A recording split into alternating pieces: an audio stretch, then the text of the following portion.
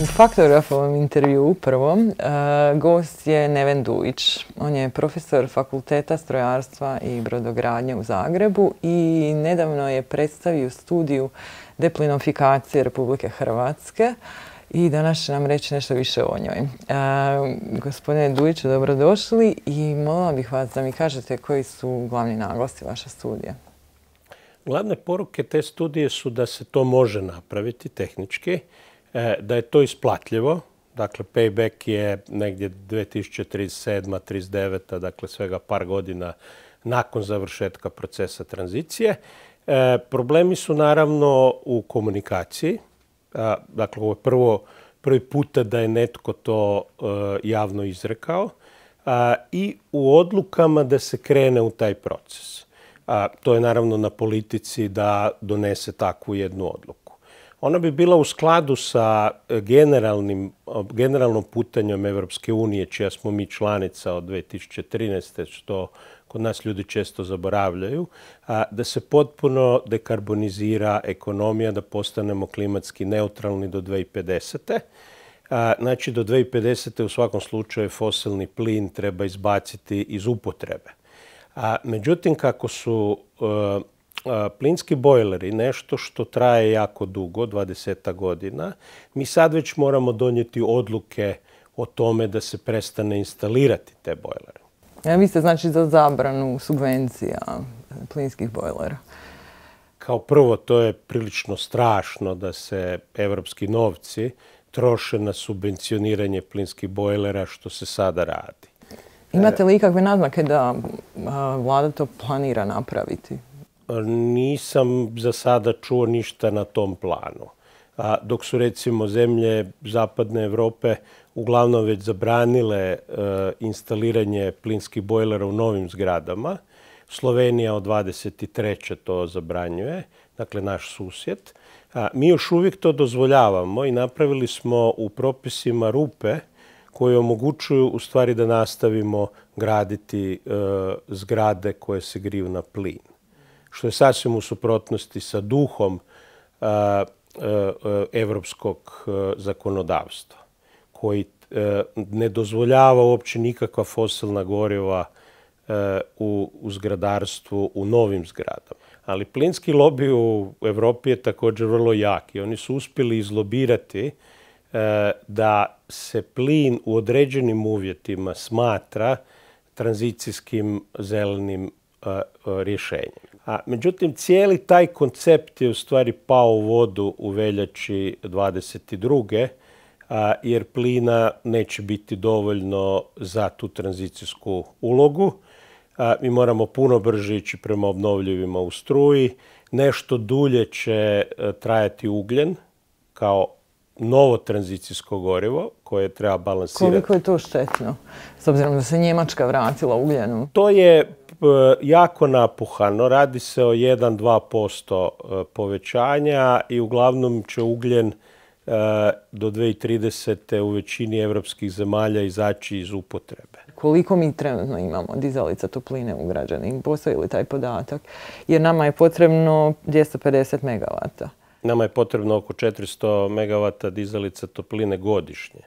Ne znam točno koliko postoji instalirano, ali vjerojatno nekoliko stotina megavata bi se ovih malih dizalica topline našlo.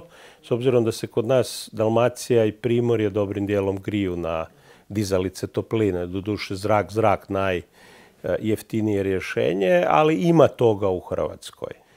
Trebalo bi značajno povećati te kapacitete. Onda 380 megavata vjetroelektrana godišnje. Trenutno imamo oko 1000 megavata instalirano. A treba nam 6,5. A treba nam tako je, oko 6,5 gigavata. 6,5 tisuća megavata.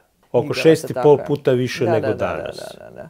Onda 410 megavata fotonaponskih elektrana. Treba nam 6,3 gigavata. Tako je, da. A danas nisam uspio doći do točne brojke, ali ja bih rekao negdje oko 250 do 300 megavata da imamo instalirano. Znači imamo polovicu od onoga što godišnje trebamo. Godišnje trebalo, da. Solarizacija Hrvatske je krenula, međutim ona se treba značajno ubrzati još. 60 megavata elektrolizatora. Mislim da nemamo niti jedan. Ništa, samo imamo... Laboratorijski sigurno postoje. Nisam upoznat sa nekim industrijskim elektrolizatorom da postoji, ali nije nemoguće. I 30 megavata pohrane vodika, što je... Da, to je opet kod nas relativno malo, ali ga ima. Imate dva su postrojenja koja koriste jako puno vodika. Jedno je Petrokemija Kutina, a drugo rafinerija nafte u Rijeci. Koliko je zahtjevno napraviti elektrolizator ili dizalicu topline? Da li je to moguće lokalno izvesti? Ima smisla proizvoditi unutar zemlje ako možete biti kompetitivni. I ima smisla držati lokalno znanje. Recimo, Europa je odlučila da će proizvoditi 20 gigavata lokalnih solarnih panela da bi imala znanja koja su joj potrebna za slučaj da dođe do potpunog raskoplavanja globalnog tržišta solarnih panela. Međutim, ona ne može biti kompetitivna sa Kinom u toj proizvodnji. I inzistiranje na tome da se sve proizvodi u Europi bi dovelo do toga da bi cijena te tehnologije u stvari značajno porasla. Kako cijeli svijet kreće u tranziciju, to ste dobro primijetili, cijene će u nekom trenutku rasti. Ali šta se dogodi kad cijene rastu? Dolazi do investicije u nove kapacitete, što onda dovodi do pretjerane proizvodnje, proizvodnih kapaciteta i do pada cijena. Tako da to su dobri procesi, to su kvalitetni procesi koje treba u stvari omogućiti da ubrzavaju tranziciju, a ne ih pokušati kočiti sa zatvaranjem u male prostore. Dizalice topline treba također dovesti u Europu, one se sad uglavnom proizvode u Istočnoj Aziji, ali Europa treba imati taj kapacitet, treba imati kapacitet elektrolizatora, ali kad gledamo Hrvatsku, trebamo se orijentirati prema malim serijama. Odlični smo u maloserijskim, visokoenergetskim transformatorima, pa tako možemo možda biti i u elektrolizatorima, ali ne ići u masovne proizvode. Dizalica topline vam funkcionira kao frižider, samo obrnuto. Jel? Sad zamislite, vi uzimate iz hladne vode toplinu i onda grijete prostor pomoću električne energije. A dizalice topline vam voda koriste bilo kakvu vodu. Podzemnu. Može biti podzemna voda, može biti rijeka, može biti jezero, može biti more, može vam biti otpadne vode iz kanalizacije. Recimo, Štokholm se 50 godina već grije na otpadne vode iz kanalizacije. Pa, Zagreb je vrlo veliki grad i teško je očekivati da bi sve potrebe njegove mogli riješiti sa geotermalnim izvorima. Zagreb treba kombinirati različita rješenja. Imamo taj geotermalni izvor na Mladosti, od tuda se može širiti razvoj toplinske mreže. To se polagano krenulo. S druge strane, recimo, toplana Teto, koja je na Savi, mogla bi dizalice topline koristiti vodu iz Save. Mogla bi koristiti vodu toplu iz kolektora kanalizacijskog koji nije daleko. Mogla bi također vjerojatno doći do podzemnih voda koje veći dio Zagreba pokrivaju.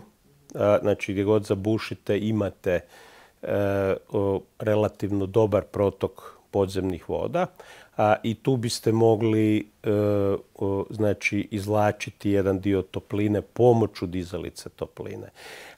Također, Zagreb bi mogao djelomično i solarnu energiju koristiti.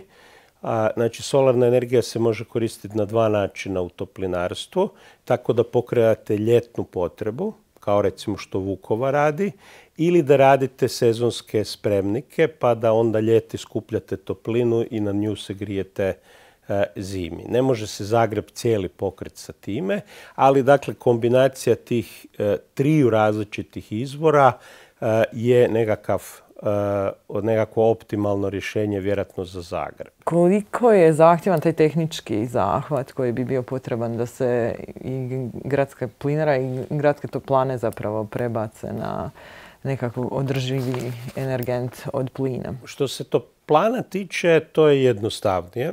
Znači, one će se postepeno prebacivati kako će biti sve manje potrebe za električnom energijom iz plina na tržištu. Tako će morati naći nove izvore topline i tu su optimalna rješenja ova koja sam malo prije spomenuo, dakle geotermalna, solarna i dizalice topline.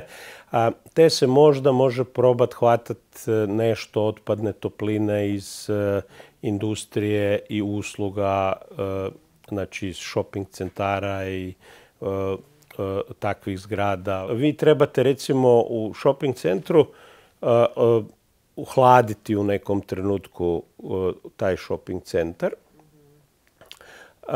I onda to radite tako da stavite one velike kompresore na vrh zgrade koji onda omogućuju hlađenje shopping centra po ljeti. Međutim, vi možete tu toplinu umjesto sa kompresorom, znači iz zraka, prebaciti na vodu.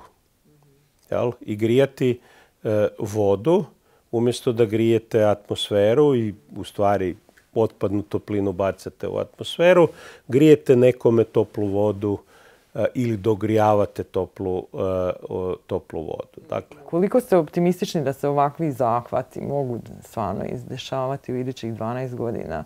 Jer mi ipak živimo u državi koja u 2 godine nije uspjela sagraditi više od 10 kuća na Baniji.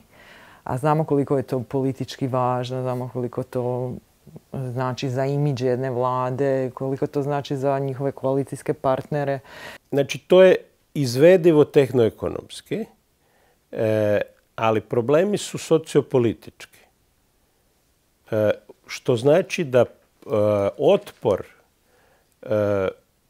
ekonomskih subjekata, onih koji su involvirani u sadašnje energetske djelatnosti, je takav da je to neizvedivo. Nego se radi o primjeru brazilske države Rio Grande do Norte, u kojoj je u 4 godine tadašnji ministar energetike, a sadašnji senator u brazilskom senatu, izveo tranziciju tako da je povećao udio vjetra sa nekakvih 10% na 260%. Znači, unutar 4 godine je napravio državu na papiru 100% obnovljivom, jer taj... Kojoj populaciji govorimo? Hrvatska, 4 milijuna stanovnika. Kod njih je to išlo kratko jer je u stvari samo bio vrlo jednostavan jedan zahtjev. Kod nas ipak treba malo kompliciranije stvari odraditi, jer mi imamo fosilna goriva u grijenju, a izmještanje fosilnih goriva iz grijanja je dosta skupa priča. Oni su imali samo problem električne energije. Oni se ne griju jer su na ekvatoru. Htjela sam vas još upitati oko tranzicije za radnike u fosilnoj industriji. Znači, koliko je vremena i resursa potrebno da bi se netko prekvalificirao u montera dizalica topline, a da dolazi sad trenutno iz plinskog nekog biznisa? Dakle, oni se uopće ne moraju bojati oko budućnosti, iako će im naravno njihov sadašnji posao u nekom trenutku nestati, zato što takav profil ljudi je užasno vrijedan. Mi nemamo dovoljno majstora, dovoljno instalatera i trenutačna situacija na tržištu dizalica topline, solarnih krovova je tragična jer nemamo dovoljno ljudi. Što se prekvalificiranja tiče, to se radi za takav tip profila, znači ljudi koji imaju tehnička znanja, o nekakvoj certifikaciji koja može trajati nekoliko tjedana ili mjeseci uglavnom. Znači, nije to problem.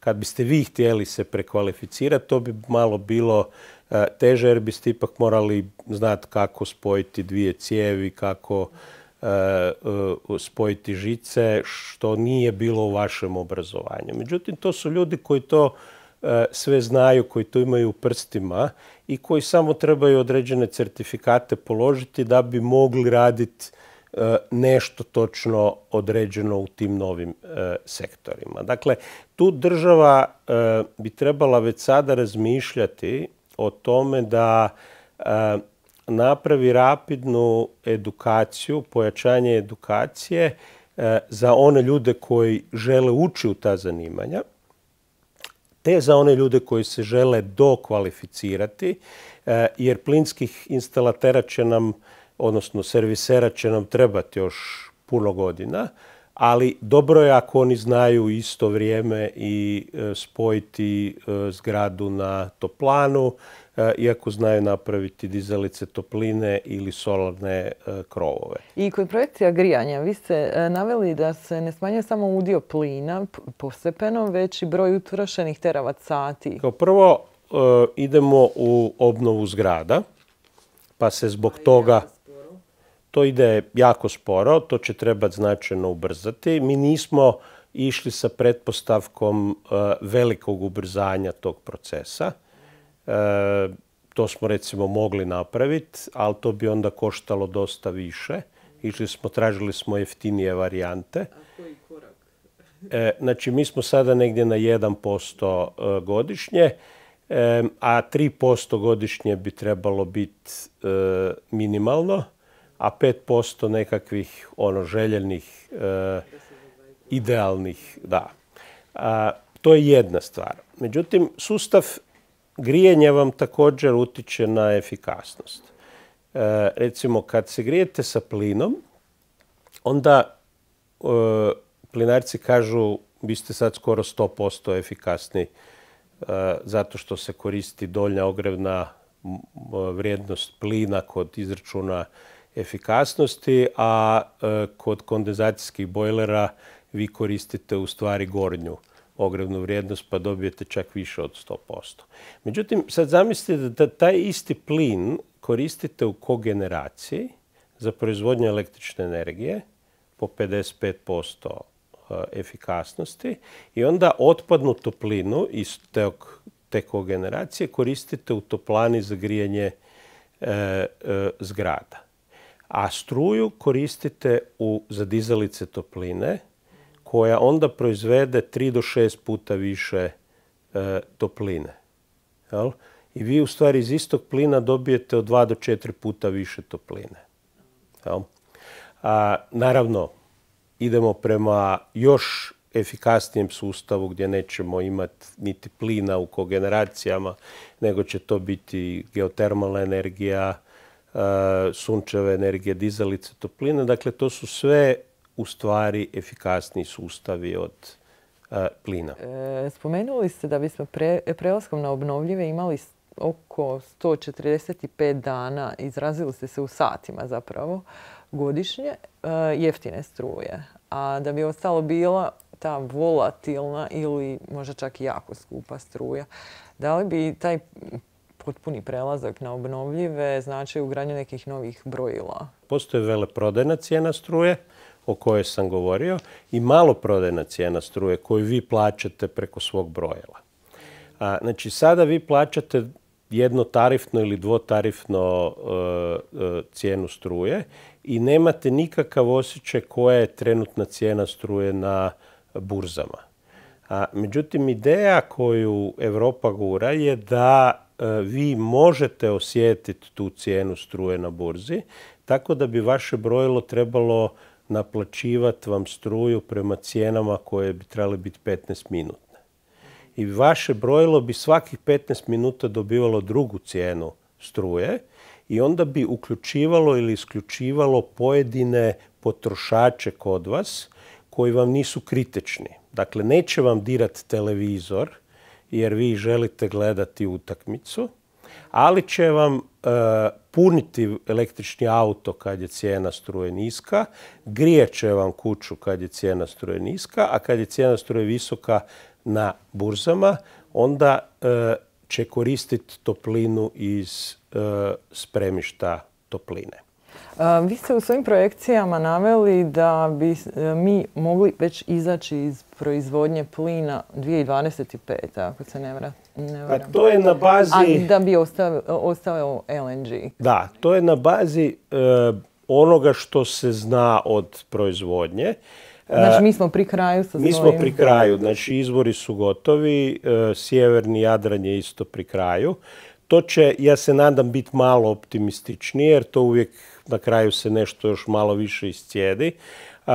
Prošle godine su čak neki novi izvori pronađeni, stavljeni u proizvodnju, to nije uključeno tu. Međutim, to je sve vrlo, vrlo malo u odnosu na naše potrebe. Mi moramo te naše rezidualne potrebe, znači uz vrlo optimističan scenario koji smo predvidjeli, ja ne vjerujem da će se on baš tako odviti, moramo taj plin negdje nabaviti. Ne možemo računati na Rusiju, jer rat će vjerojatno još potrajati, a i kad rat završi, sumnjam da će doći do brze obnove ekonomskih odnosa sa Rusijom i ponovnog pada u energetsku zavisnost od Rusije. Prema tome treba će tražiti rješenja drugdje. Opcije su domaća proizvodnja, LNG i azerbejdžanski plin, znači jadransko-jonski plinovod. Znači vi tvrdite da je tu tranziciju, odnosno micanje od plina moguće izvesti u 12 godina i to uz pomoć 39 milijardi eura. I mene sad zanima, to je znači samo 3 puta više novca nego što je u 2022. uloženo u cijelu opstojnost te ekonomije koja funkcionira na plinu. Što ta cifra od 39 milijardi pokriva? Znači, da li ona pokriva i troškove nabavke plina koji će nam biti potreban u idućih 12 godina? Da li je to i održavanje plinske mreže koja isto košta do 35. Jesu li tu isto te subvencije o kojima smo govorili? Je li to i proširenje toplovodne mreže i ugradnja dizalice topline i elektrolizatori i vjetroelektrane i solarne elektrane koje su potrebne za micanje isključivo od plina? Je li to i elektrifikacija prometa i energetska učinkovitost zgrada koja bi nam isto bila jako značajna kada bismo se micali od plina po ovoj dinamici? Što je pokriveno tom cifrom? To je trošak tranzicije, dakle toplifikacija je tu dosta značajan trošak, međutim tu je i trošak potrebnih obnovljivih izvora da bi to sve prešlo na zelene energente. Dobar dio tog troška je u stvari će doći iz privatnih džepova.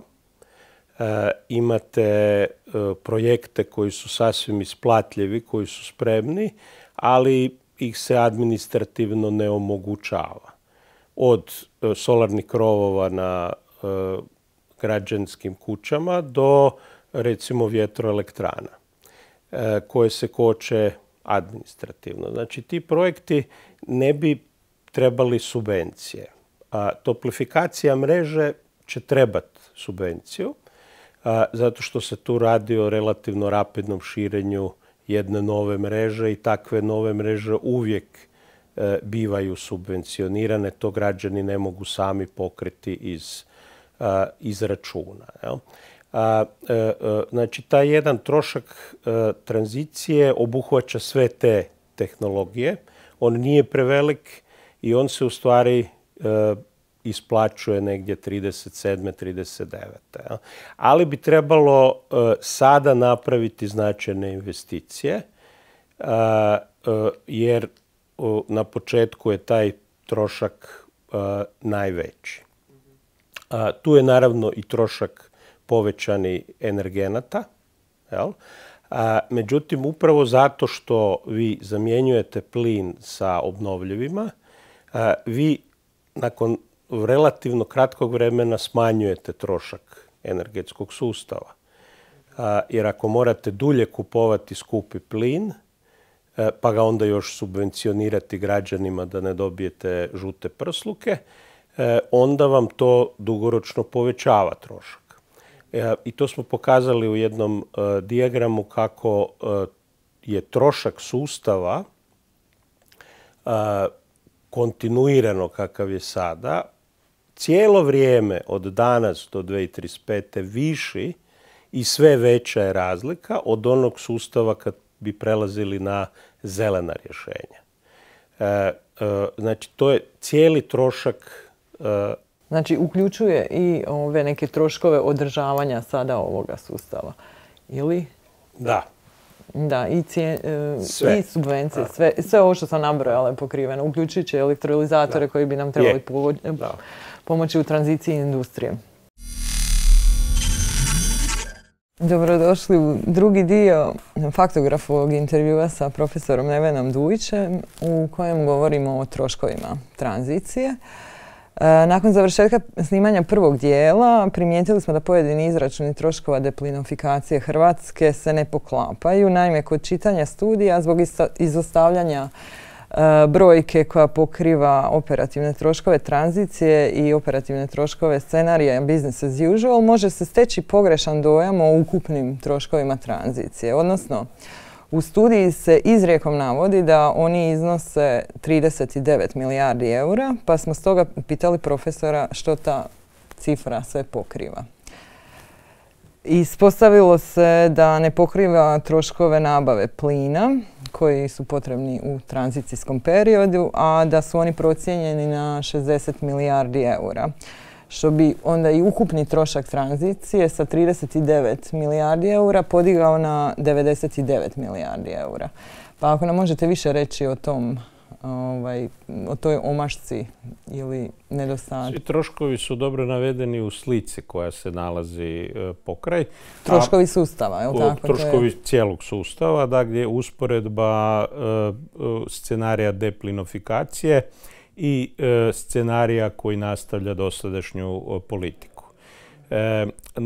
Mislilo se na ukupni investicijski trošak, ali riječ investicijski je ispao na neki način slučajno tu, tako da tih 39 milijardi je trošak investicije, što je u stvari onaj bitan trošak koji vam treba da biste prešli na nove tehnologije, jer treba investirati u nove tehnologije, dakle na njega smo se koncentrirali.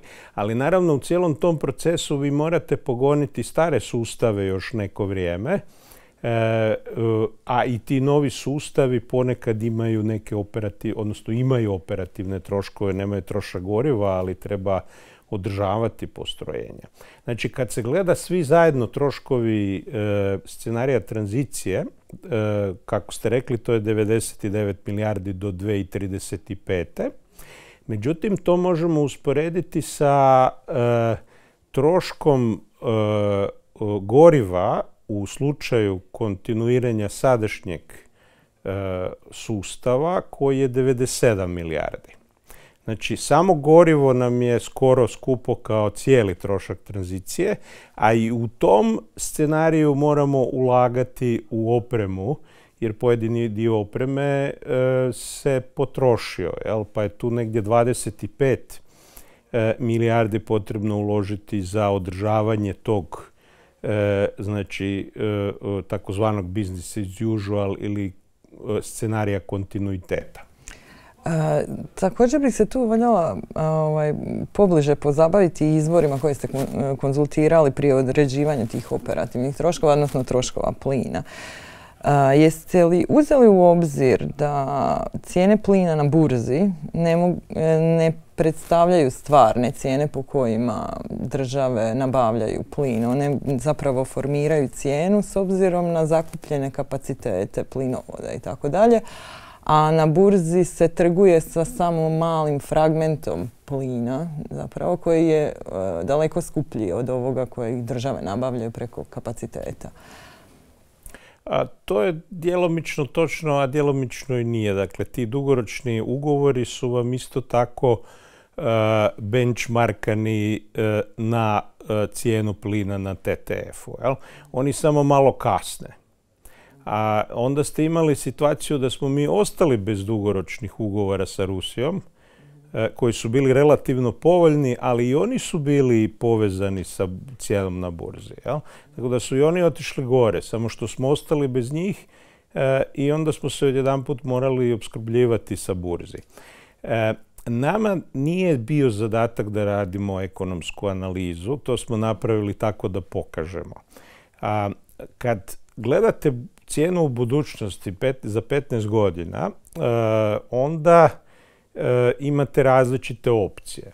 Možete uzeti cijene koje predviđaju neke od agencija, recimo Međunarodna energetska agencija.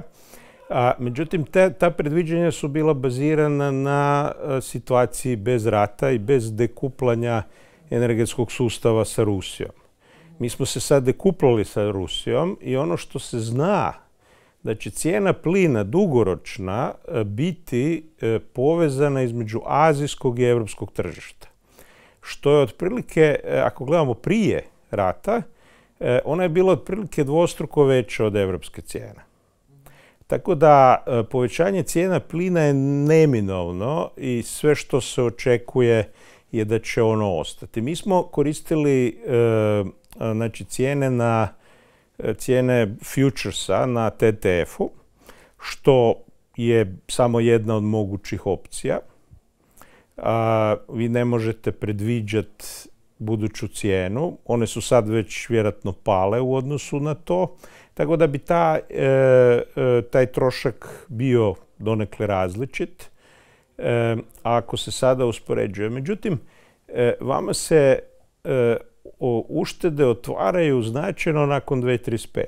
Jer onda više nemate troška goriva uopće, a oprema vam i dalje funkcionira. Naravno, trebate raditi repowering, trebate zamjenjivati tu opremu, ali onda to više nije tako velika investicija kao što je bila na početku kad smo morali rapidno preći s jedne na drugu tehnologiju. Tako da, ekonomska analiza se može napraviti na različite načine. Ona će dati drugačije rezultate. Ono što bi recimo bio nekakav prvi korak je da se napravi analiza senzitivnosti na ove sve parametre.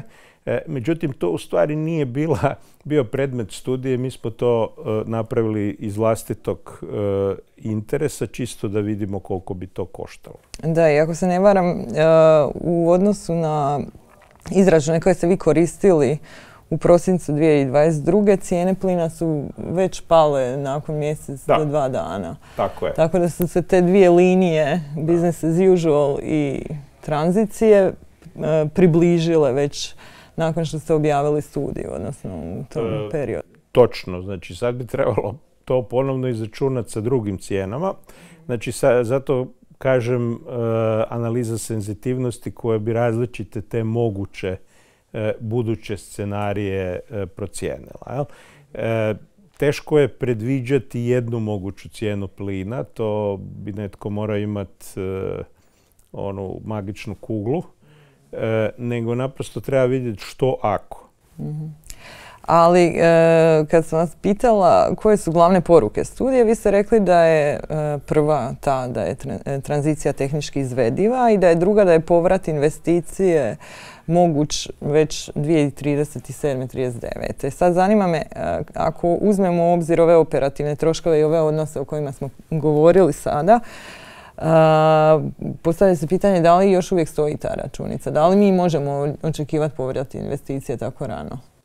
Da, to je taj izraz, odnosno taj zaključak je bio baziran na onim podacima koji su na slici koji obuhvaćaju sve troškove. Sad, mi smo to ostali u stvari pozitivno iznenađeni jer tako brza tranzicija nismo očekivali takve dobre efekte. Međutim, ti efekti su, kao što ste sami rekli, posljedica vrlo visoke cijene plina u tom trenutku kad je studija rađena. Znači, sad bi se taj payback vjerojatno malo pomaknuo prema dalje. Ali opet, znači, gorivo koje ćemo trebati cijelo vrijeme zamjenjujemo sa vjetrom i suncem koje ne košta ništa. Znači, stvar je u opremi u kojoj moramo investirati. Jedanput kad investirate, ta oprema traje neko vrijeme. Znači, i troškovi održavanja se ne razlikuju. Troškovi održavanja su, treba ih uzeti u obzir u svakom slučaju. Međutim, oni nisu jako značajni dio. Znači, investicije i gorivo su vam dva najznačajnija troška. A koliko su oni usporedivi sa održavanjem plinovoda? Znači, kod održavanja, recimo, sustava grijanja, vi trebate raditi u principu servis bojlera svake godine. Kod dizalice topline to bi isto bilo mudro, iako se pokazuje da možda nije neophodno potrebno. Koliko često servisirate klime? Klime su dizalice topline. Morate naravno servisirati plinovode kod plinskih bojlera. To ima određenu cijenu koja nije previsoka. A kod električne energije morate servisirati lokalnu mrežu. Tako da ti troškovi servisiranja jesu sigurno različiti, ali oni nisu značajni u ukupnom trošku. Trošak goriva vam je prilično značajan i investicije, i ta investicija je ubrzana, povećana zbog toga što je zadatak bio da deplinoficiramo Hrvatsku do 2035. Hoćete li unositi ikakve izmjene sada u studiju zbog ovih možda mogućih nejasnoća? Ne znam, jeste li komunicirali sa zelenom akcijom o tome? Pitanje te jedne riječi koja se izgubila, znači to je sve drugo stoji, daju se podaci točni naći u studiju. Dobro. Naprosto ljudi kad govore o troškovima onda vole da se to onako jasnije napravi neka razlika. I zanima me još jedna stvar. Dakle, razgovarali smo još i o zalihama plina u Hrvatskoj i konzultirala sam se u međuvremenu sa profesoricom Darijom Karasalihović-Sedlar. Ona je bila na predstavljanju studije pa sam vidjela da vam je postavljala neka pitanja. I ona se ne slaže da smo mi baš toliko nisko sa zalihama plina, odnosno da bismo već sljedeće godine mogli ostati bez domaće proizvodnje. Pa me samo zanimalo odakle vi... Pa nije sljedeće godine, nego uzeli smo iz energije u Hrvatskoj predviđanja. Dakle, to su službeni podaci. Naravno da se nadamo i očekujemo novim izvorima domaćeg plina. Na tome se radi. Ali mi to ne možemo uzeti u obzir u takvoj studiji.